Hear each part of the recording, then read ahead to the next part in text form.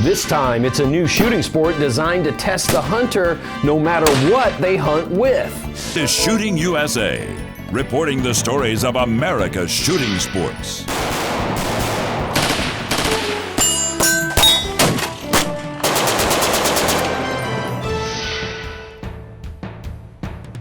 All of the practical shooting sports have one thing in common: the timer. It's well established in the handgun sports like IDPA or IPSC/USPSA. It adds stress and it shows the speed equation of the test. But that hasn't ever really been effectively applied to hunting simulation. Until now. It's called the Ultimate Hunter Shooting Sports.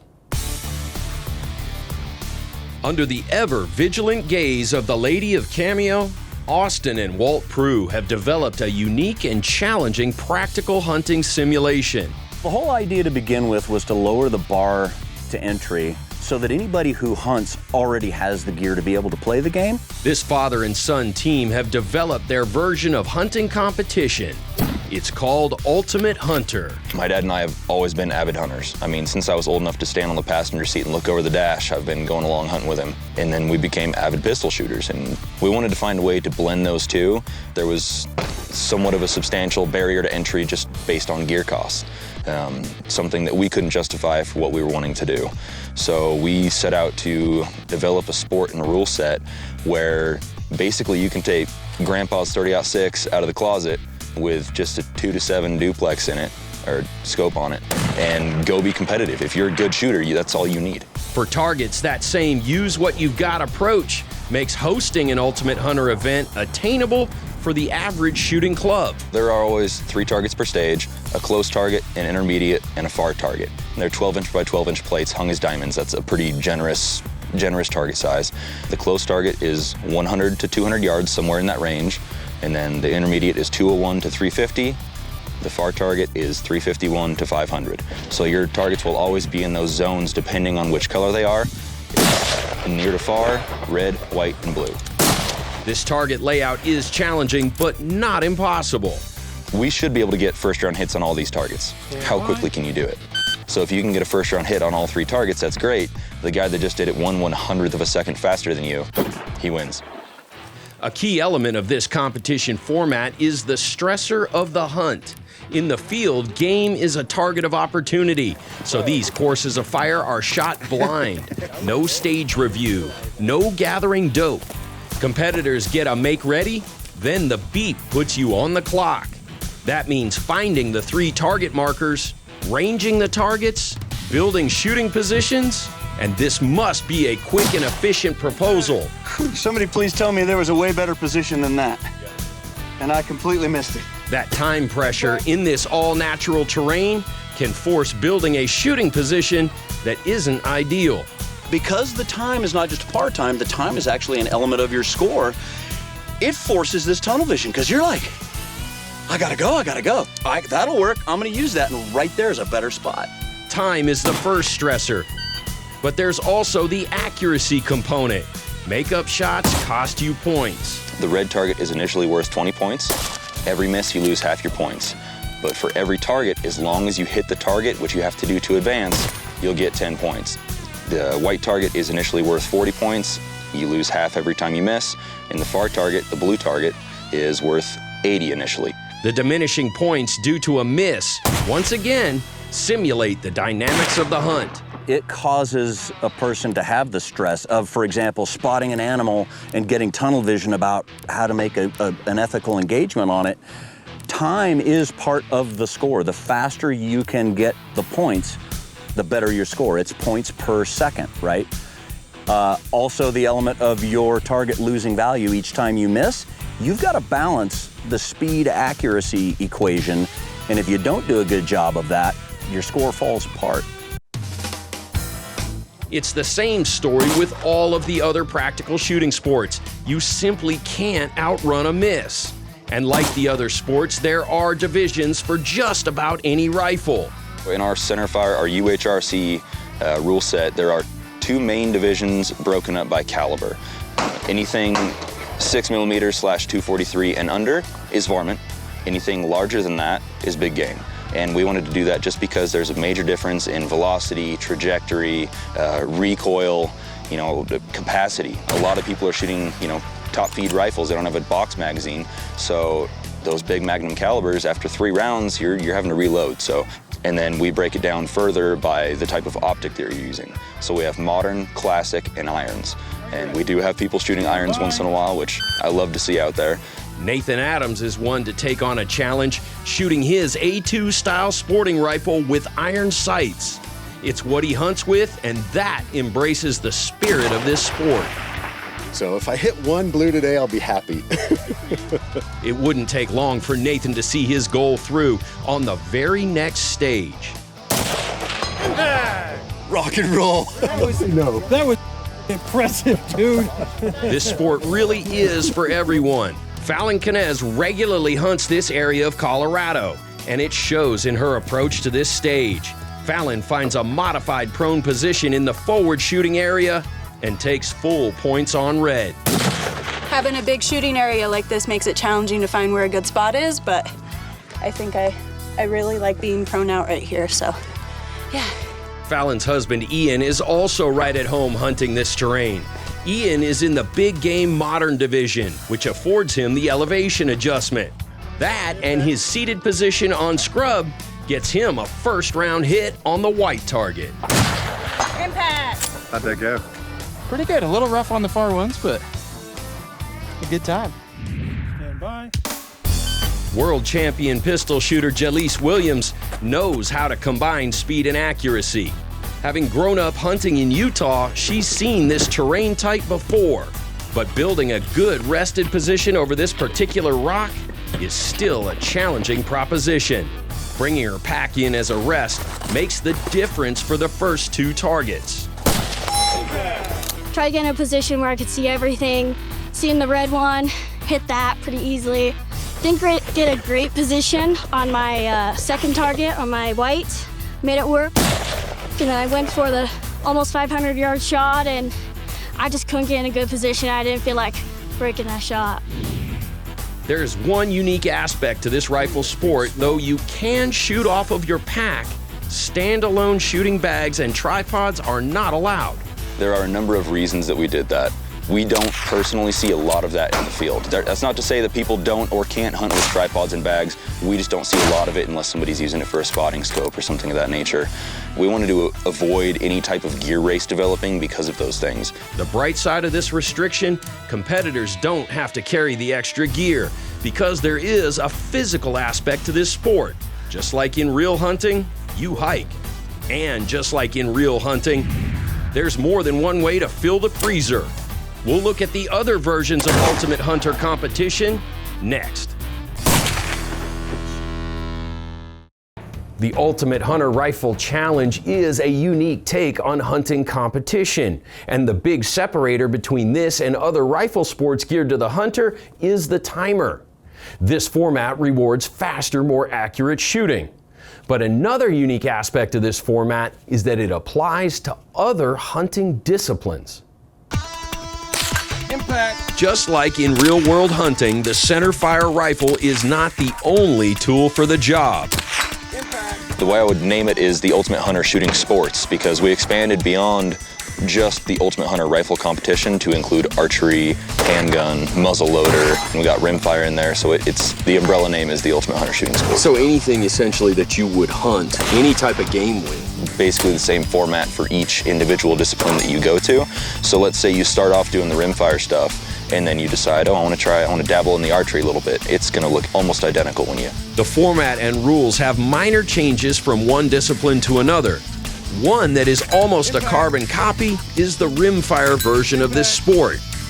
The red, white, and blue target designation is still in play. The only change for rimfire shooters, each target must be hit twice. Targets still lose value for makeup shots, but for rimfire, the distances are inside 50 yards for red, 75 yards for white, and inside 100 yards for blue. Even with a miss on the blue target, it's still a good stage for Monty Waldron. First miss of the match, I was at the farther target out there, was around 100 yards. Had a little bit of a wind gust came up and burned a couple rounds on that and made the adjustment and then got it back on target. All in all, a fun match. Out here shooting with my daughter, good day. Monty's daughter Savannah is running dad's gear and making light work of it. The rock outcropping makes for a challenging stage. Even so, she finds a solid position for each target. Savannah puts together 5 of 6 first-round hits before time runs out. Impact. I was trying to build a good position so I can make every shot stable and count, and it really worked. Right on. Good Love job. being out here. I think you guys are in the market for another rimfire precision rifle, maybe. For sure, yeah. Yeah. Definitely. The other centerfire version of this sport is for the handgun. Any straight-cased handgun 9mm or better can compete here, but no rifle calibers.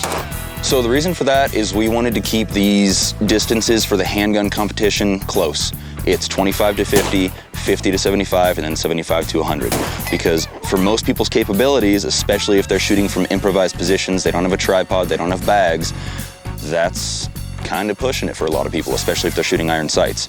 And shooting steel that close, even though we're using half-inch thick AR-500, you get someone out there with a bottleneck cartridge, they might end up ripping through our steel and tearing that up. Most handguns can do well in this version of the sport. Those geared specifically for hunting will have an advantage. So what I'm running today is a Ruger Super Red Hawk, 9.5-inch barrel, cylinder clear, 9.5-inch barrel with a Burris 2-power, super capable at 100 yards. Quick acquisitions and a good rest make all the difference, even for a revolver that's 40 years old. I got it to build up big hog hunting loads. You know, I got these 300 grain Hornady XTPs that are at 1,300 feet per second. Never went hog hunting with it. It's sat in the safe for, well, 40 years, I guess, now. When we decided to do this, I thought, heck with it, I'm gonna drag it out, throw a scope on it, and come play. And it's not terribly accurate, but it's, you know, it's a minute of deer at 100 yards accurate, so. Well, the final powder-burning version of Ultimate Hunter competition is for the muzzle loaders. Making a first-round hit in this division is vital because loading is on the clock. Competitors get 2 minutes and 40 seconds for the stage. There's a near red target inside 100 yards and a mid-range white target inside 150 yards. No long-range blue targets for muzzle loaders.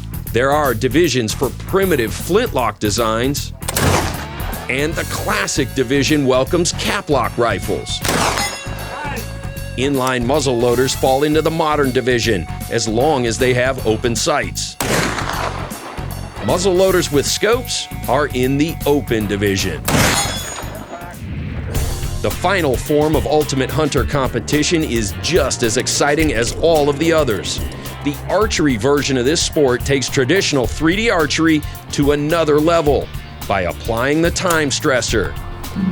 On the beep, the competitor hits the start button, starting the timer.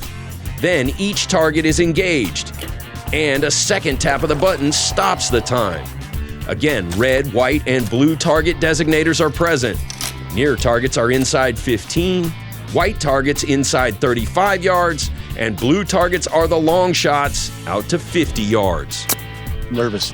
It was fun. Yeah, I know when you put time to it, it's a whole different story. Traditional 3D archery targets and scoring are in play. 11 ring hits are worth 80 points. 10 ring are 40. The 8 ring is 20, and any other hit on the target is worth 10. There are 3 divisions. Traditional is for single-string recurve shooters, like Chris Crow.